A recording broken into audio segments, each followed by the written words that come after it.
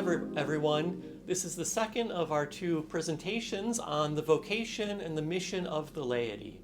Now, in the previous video, we examined what lies at the very heart of the lay vocation, which is to transform the secular order from within, to make it more and more resemble what God's will for our world is. Now, what allows someone to be able to do that as effectively as possible? Well, the answer might be obvious, but maybe not. But a big part of the answer is holiness. The Second Vatican Council really emphasized what's called the universal call to holiness. That is, holiness isn't reserved for nuns or priests, but everyone is called to be holy. Everyone is called to be a saint. But what holiness looks like for a lay person is different from what holiness looks like for a priest or a monk or a cloistered nun.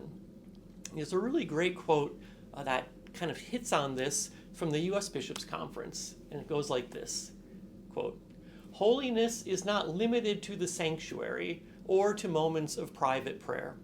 It is a call to direct our whole heart and life toward God and according to God's plan for this world. For the laity, holiness is achieved in the midst of the world, in family, in community, in friendships, in work, in leisure, in citizenship. Through their competency and by their activity, lay men and women have the vocation to bring the light of the gospel to economic affairs so that the world may be filled with the Spirit of Christ and may more effectively attain its destiny in justice, in love, and in peace." Unquote. Second quote from the bishops again that I think is also moving. Quote, "Our faith is not just a weekend obligation, a mystery to be celebrated around the altar on Sunday. It is a pervasive reality to be practiced every day in homes, offices, factories, schools, and businesses across our land. We cannot separate what we believe from how we act in the marketplace and in the broader community." Unquote. Now, in these last few quotes, we see that there are two great errors, or two temptations, that can really sidetrack someone as a lay person from really fulfilling your proper vocation. I'd like to address each of these two. The first is being overly concerned with things internal to the church. And related to that, a mindset which values churchy activities as the best or even the only way of being an active, involved Catholic layperson. This is sometimes referred to as the clericalization of the laity. In other words, by this mindset, the standard by which someone is an active Catholic depends on if they volunteer as an usher or lector, or serve on the parish council, and so forth. Again, all those are good things. We don't want people not doing those things, but again, the temptation, if that becomes the sole focus of their life as a lay Catholic, something is out of whack. Now, the other temptation at the complete opposite extreme is the one that completely separates out what happens at Sunday Mass from what one does the other 167 hours of each week. Again, the U.S. bishops have a, I think, shockingly forcefully worded statement about this reality. They say, quote, "But it is no less mistaken to think that religion is nothing more than the fulfillment of acts of worship and the observance of a few moral obligations. One of the gravest errors of our time is the dichotomy between the faith which many profess and their day-to-day conduct. As far back as the Old Testament, the prophets vehemently denounced this scandal. And in the New Testament, Christ himself even more forcibly threatened it with severe punishment. Let there then be no such pernicious opposition between professional and social activity on the one hand and religious life on the other. Christians who shirk their temporal duties shirk their duties toward their neighbor, neglect God himself, and endanger their eternal salvation. Unquote. Wow, that's very, very strong. Now, what are some clear example of this? One would be someone like a pro-abortion Catholic politician. Someone who might even say, I'm personally against abortion, but I don't want to impose my beliefs on others. Many of us have probably heard someone say something like that. But again, what's the heart of the lay calling? It's to transform the secular order into the image of the gospel. So if there's anything in that secular order now that is contrary to the gospel, it's your vocation as a layperson to do what you can to change it.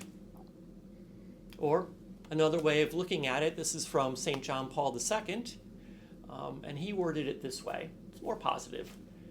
The unity of life of the lay faithful is of greatest importance. Indeed, they must be sanctified in everyday professional and social life. Therefore, to respond to their vocation, the lay faithful must see their daily activities as an occasion to join themselves to God, to fulfill His will, to serve other people, and lead them to communion with God in Christ. Unquote. Now, related to these things, something a bit tangential, but still kind of part of the same mindset, maybe, that we see sometimes is mistaking that if we're involved in the world, especially in matters of social justice, activism, or volunteerism, that's what our faith is calling us to. In other words, doing what is good, maybe even motivated by our faith, but doing it in a way in which we remain silent about our faith is not our Catholic attitude. Again, St. John Paul II said this, quote, "The laity exercise their apostolate, in fact, by their activity, directed to the evangelization and sanctification of men, and to the penetrating and perfecting of the temporal order through the spirit of the gospel. In this way, their temporal activity openly bears witness to Christ and promotes the salvation of men. Since the laity, in accordance with their state of life, live in the midst of the world and its concerns, they are called by God to exercise this apostolate in the world like leaven, with the ardor of the Spirit of Christ." Unquote. In other words, we don't merely do good for the sake of doing good, but our work of charity, our works of justice, are meant to, again to quote the Pope, openly bear witness to Christ, unquote. Great example of this that I've seen with my own eyes. When I was living in Washington, D.C., I spent some time at a soup kitchen run by Mother Teresa and her sisters in Washington. And of course, they served food. They served a lot of food. But nobody ate until they got a little spiritual fervorino, maybe by one of the sisters, or if there was a visiting seminarian, or even one of the lay volunteers there. And no one ate until they prayed with the sisters. Again, linking those works of charity, but also to the explicit proclamation of Jesus Christ. There should always be almost a litmus test when we're doing charitable works. Are the people we're serving aware that we're even Catholics? Are they aware of why we're there doing what we do? And if the answer is no, then there's something deficient in the way we're going about our charitable works. We never coerce people or bribe people to faith, but we always witness, and we should never be afraid to witness our faith.